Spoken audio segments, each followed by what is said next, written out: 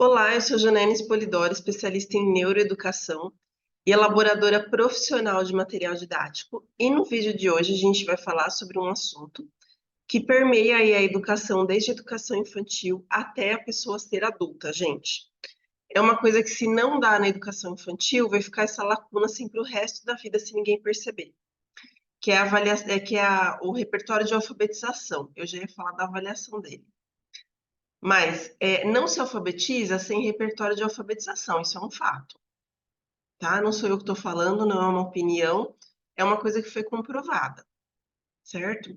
E não foi comprovada agora, foi comprovada em 1900 e bola. Então é uma coisa que faz bastante tempo que tá, não é novidade, sabe?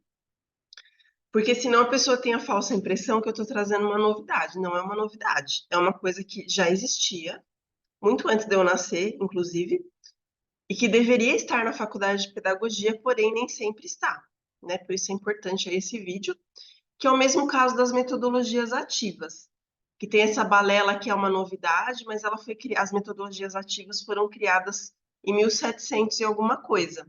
Então não é nada novo, é só uma coisa que se trouxe aí de volta, certo?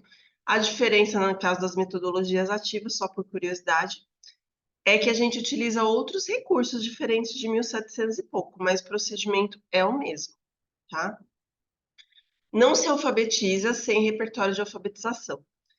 Aproveita, se inscreve no canal, curta o vídeo, compartilhe sempre o vídeo, gente, nunca atividades, né? Porque ninguém aqui é picareta, com os seus colegas. E quando você compartilha a atividade com seus colegas, falando aí como elaboradora profissional, você está criando pessoas dependentes. A gente não pode ter professor dependente, ele precisa saber investir o dinheiro dele, não utilizar o seu. Você não é pai dele para dar as coisas, certo? Cada profissional deve buscar o seu próprio material, inclusive de modo honesto aí, né? Então, aqui nesse vídeo a gente vai falar, vou começar para a gente poder dar uma acelerada, mas eu sempre tenho que falar isso porque tem que alertar as pessoas, né? O repertório, gente, vai ser o princípio de tudo. Tudo, exatamente tudo tem um começo e a alfabetização também vai ter.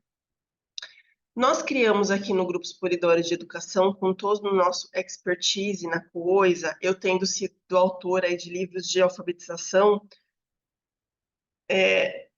um material que se chama O Mapa da Boa Alfabetização. Ele é um mapa mental que traz quais são os passos para alfabetizar uma criança de um modo bacana, sem deixar nenhuma lacuna. Depois eu vou fazer um vídeo sobre esse assunto, depois muito em breve, tá?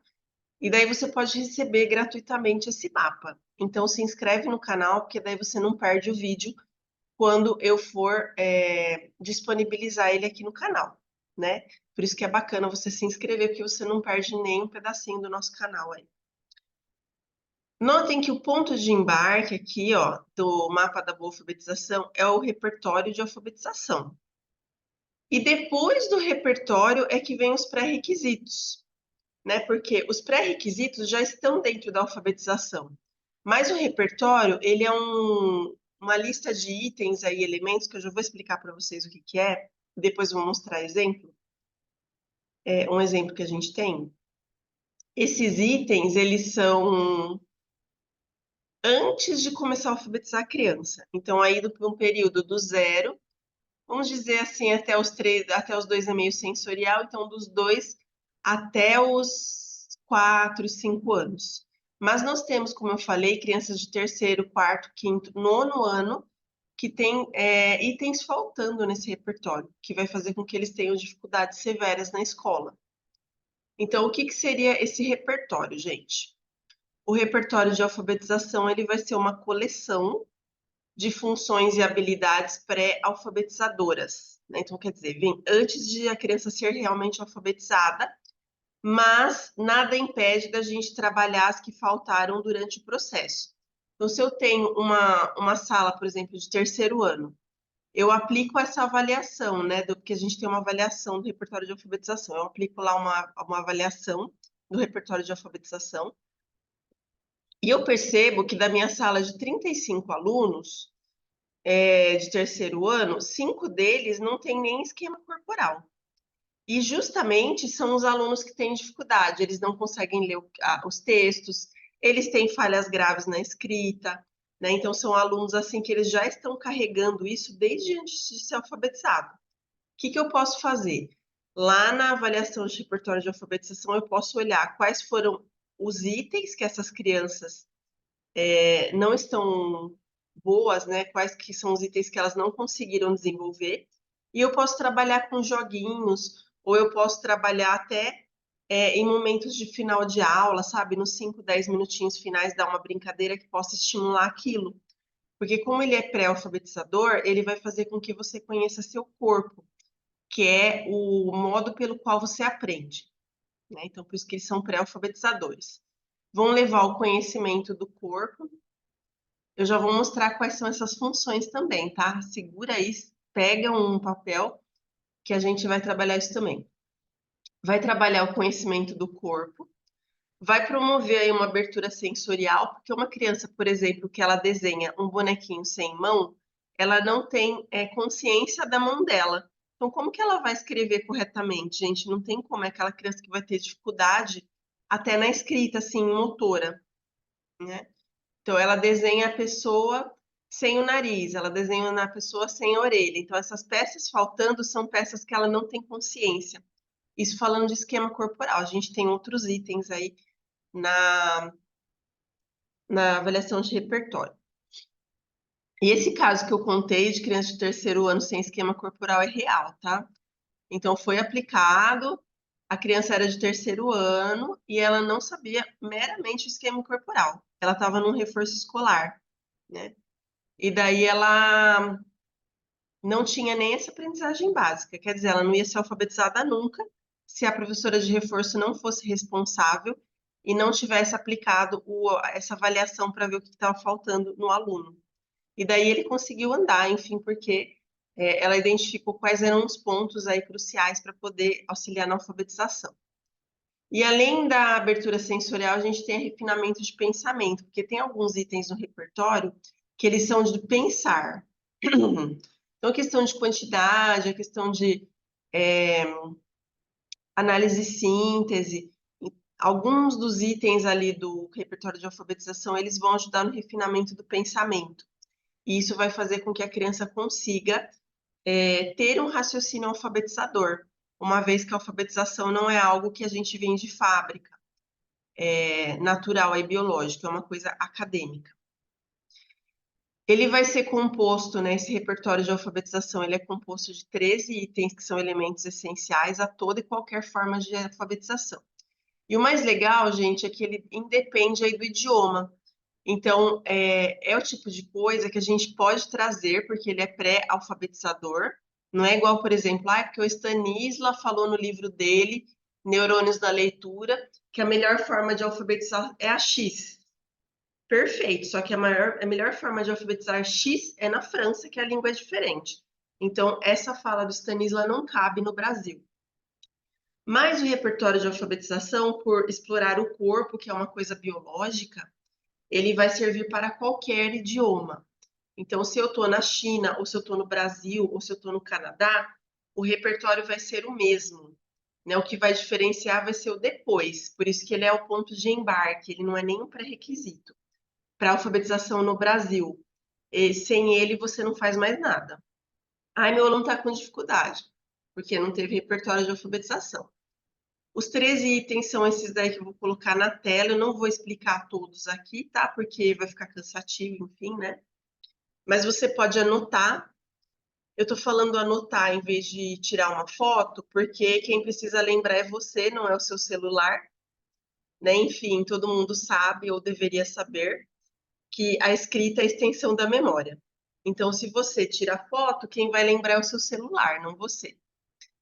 Por isso que é importante você anotar e ficar de olho ali. Aliás, anota e deixa num lugar bem visível para você sempre lembrar que as crianças têm que dominar essas áreas aí, senão vai ter dificuldade de aprendizagem, né? A gente tem esquema corporal, já expliquei que assim, a gente aprende pelo corpo, então se eu não conheço meu corpo, eu não sei por que lado que eu vou aprender. Lateralidade, né? Então, esquerda e direita é super importante, porque a gente tem a posição da letra, tem a posição e direção logo abaixo, que são relacionadas. Criança que espelha, criança que se perde no caderno, criança que não sabe procurar uma página num livro, tudo isso é lateralidade, posição e direção. Espaço, né? Então, eu preciso saber o espaço que eu utilizo. A espacialidade, ela modifica de uma faixa etária para outra e ela precisa ser refinada. Então, lá no infantil, eu preciso trabalhar esse repertório de alfabetização para a criança conseguir entender a questão de espaços macros e espaços micro.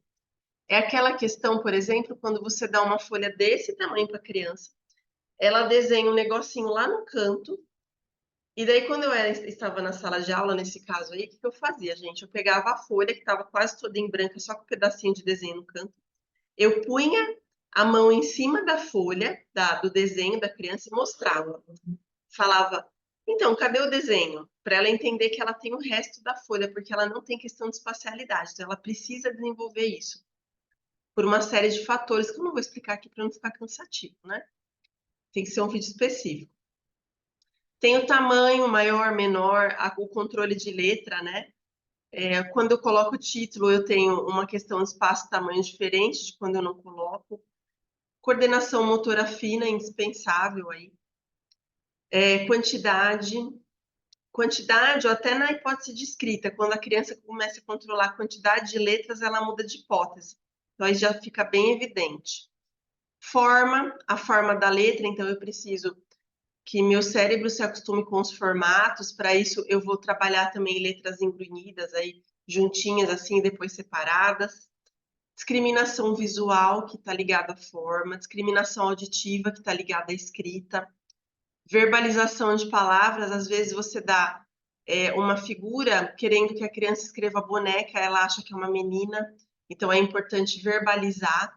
Às vezes a criança não sabe nem nomear a figura, você dá, por exemplo, sei lá, dá é que sempre me vem o exemplo do anzol, que é mais recente, que você põe um anzol, a criança acha que é uma isca, daí ela quer escrever isca, daí você acha que ela escreveu errado, que ela tem outra hipótese porque ela não verbalizou a palavra antes. De repente, ela nomeia de jeito diferente do professor, né?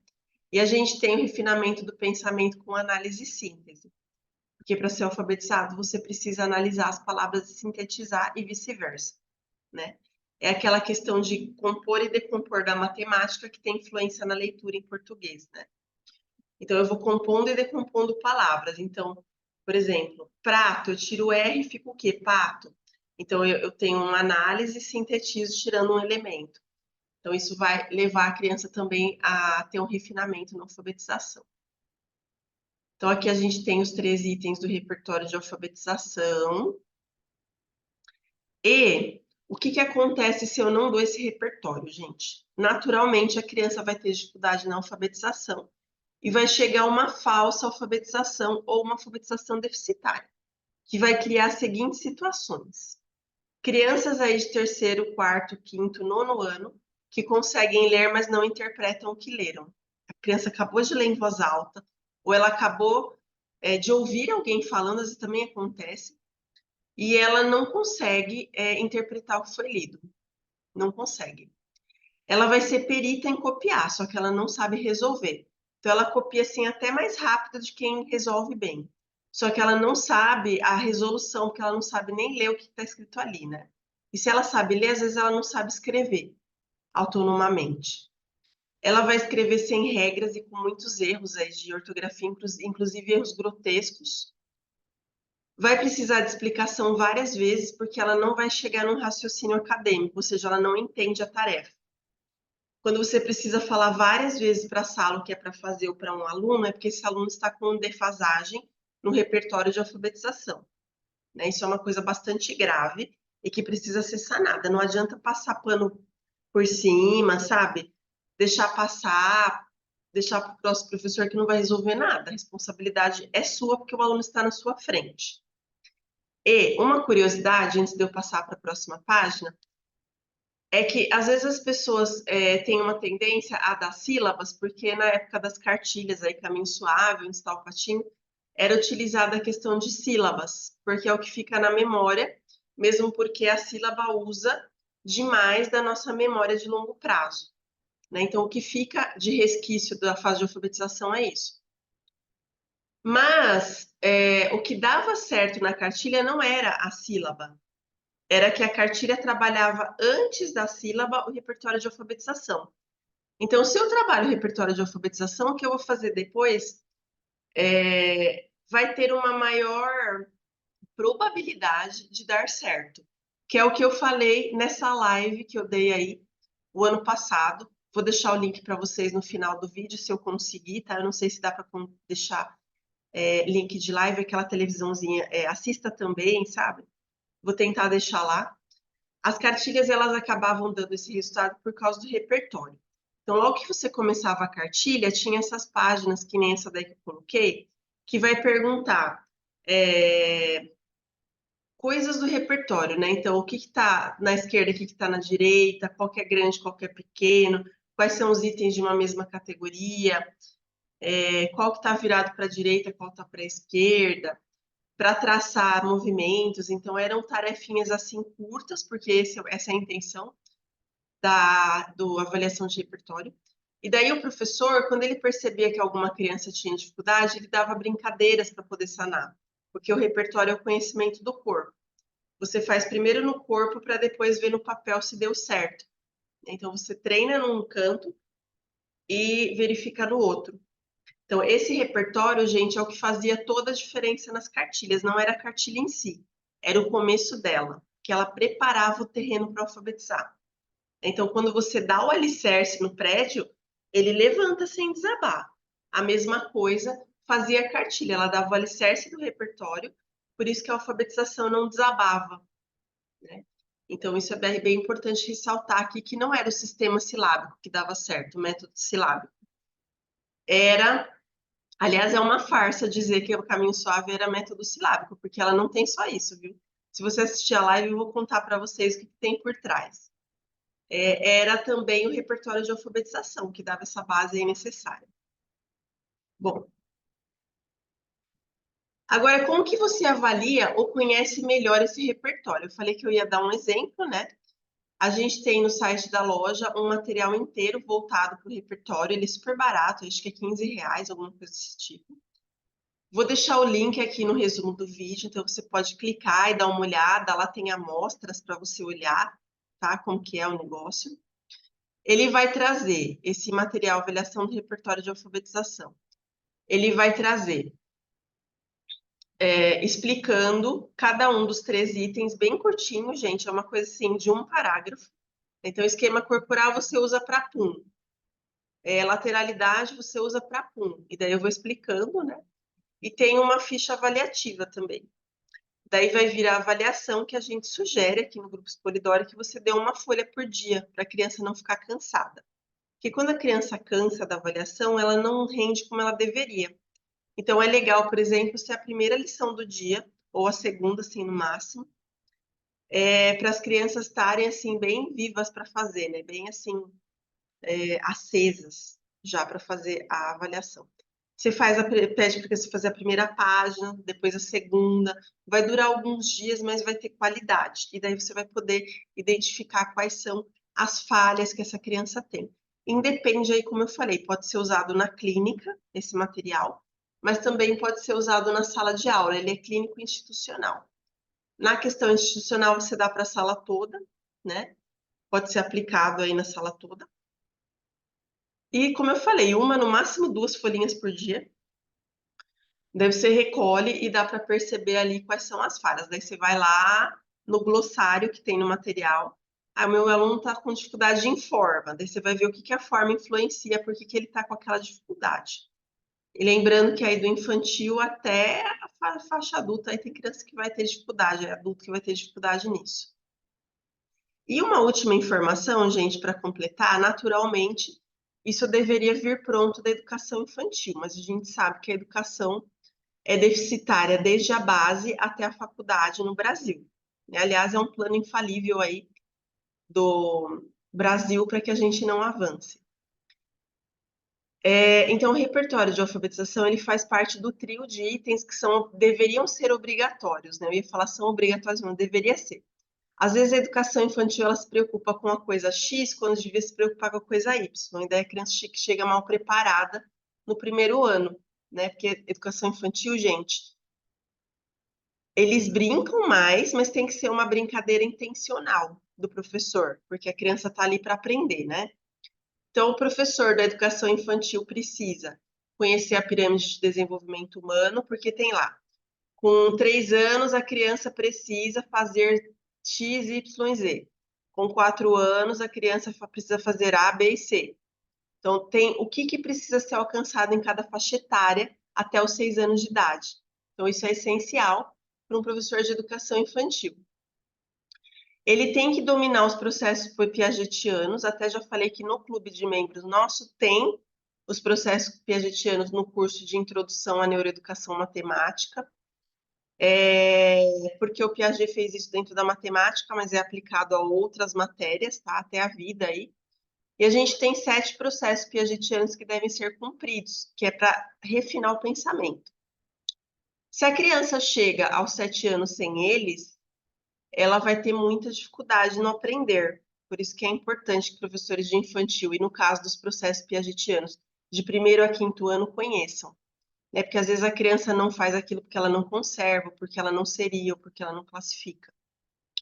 E a gente tem o repertório de alfabetização, que faz parte desse trio, que é essencial, aí sem ele a gente não chega a parte alguma na educação e vai continuando tendo os piores resultados mundiais aí, no teste de PISA, por exemplo, porque ele está lá no final, mas ele depende do que é feito aqui no comecinho, né? Então a responsabilidade nossa também, aquele aluno que foi mal. Espero que vocês tenham gostado. Eu vou deixar o link do material de avaliação embaixo para vocês. Bom trabalho para todos. E, gente, repertório de alfabetização na veia.